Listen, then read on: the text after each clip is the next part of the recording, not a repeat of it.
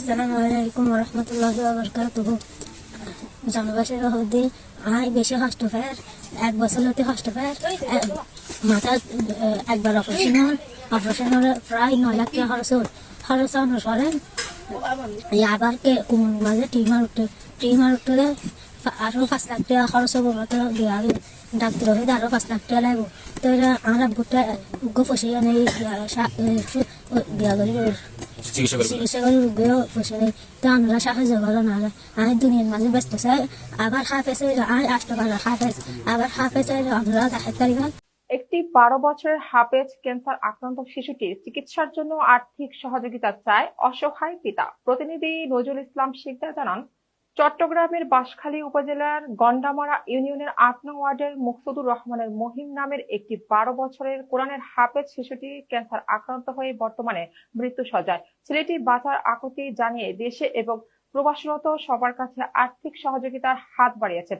এদিকে শিশুর পিতার আর্থিক অভাব অনটনের কারণে অসহায় অবস্থায় দিন পার করছেন। ছেলের চিকিৎসার খরচ দিতে না পারায় দেশের সকল ধর্নাঢ্য ব্যক্তিদের কাছে এবং প্রবাসে অবস্থানরত সকল রেমিটেন্স যোদ্ধাদের প্রতি সহযোগিতা হাত বাড়িয়ে দিতে শিশুটির পিতা এবং এলাকাবাসীর আহ্বান।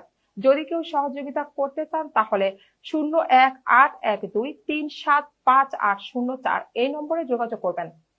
আপনার কাছে আমার অনুরোধ, আমার ছোট ভাই মুকসুদুর রহমান ও পেশার বেশি দিন দীর্ঘদিন ধরে খুব কষ্ট করছে।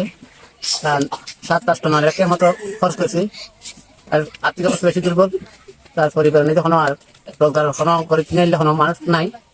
বাড়ি ফিসে 2 ঘন্টা জাঙ্গা আছে, 2 ঘন্টা জাঙ্গা বেশি বিক্রি করি ফল্লা বলি খরচ করি। আরো এলাকাবাসী করলে কিছু সাহায্য সহযোগিতা করবি। এই কারণে 8 লাখ টাকা খরচ করি সিস্টেম করি। এরপরে আবার প্রাক্তন শ্রেণী আমার তো মেরুদণ্ডনে যে ওই টিমার আক্রান্ত হয়েছি। এখন আর তার এই টিমের ব্যবসা করি বলে শেষ করি বলে এখন সমর্থ নাই। এ কারণে এলাকাবাসী পারবাসী যোগ্য হাসান নজরুল লইল তার যে আর্থিক সহযোগিতা করুন। মুকসুদুর রহমান রইলে মাথার ব্রেন টিমের একটু দিবার অপারেশন ফারুক দিয়ে সিটেন মাসে হাসপাতালে তারা ভিডিও ক্যান্সার এসে তাদের আবার মেরুদণ্ড টিমের পরীক্ষা দিয়ে অপারেশন দেওয়া পড়ে প্রায় 4-5 লাখ টাকা লাগবে।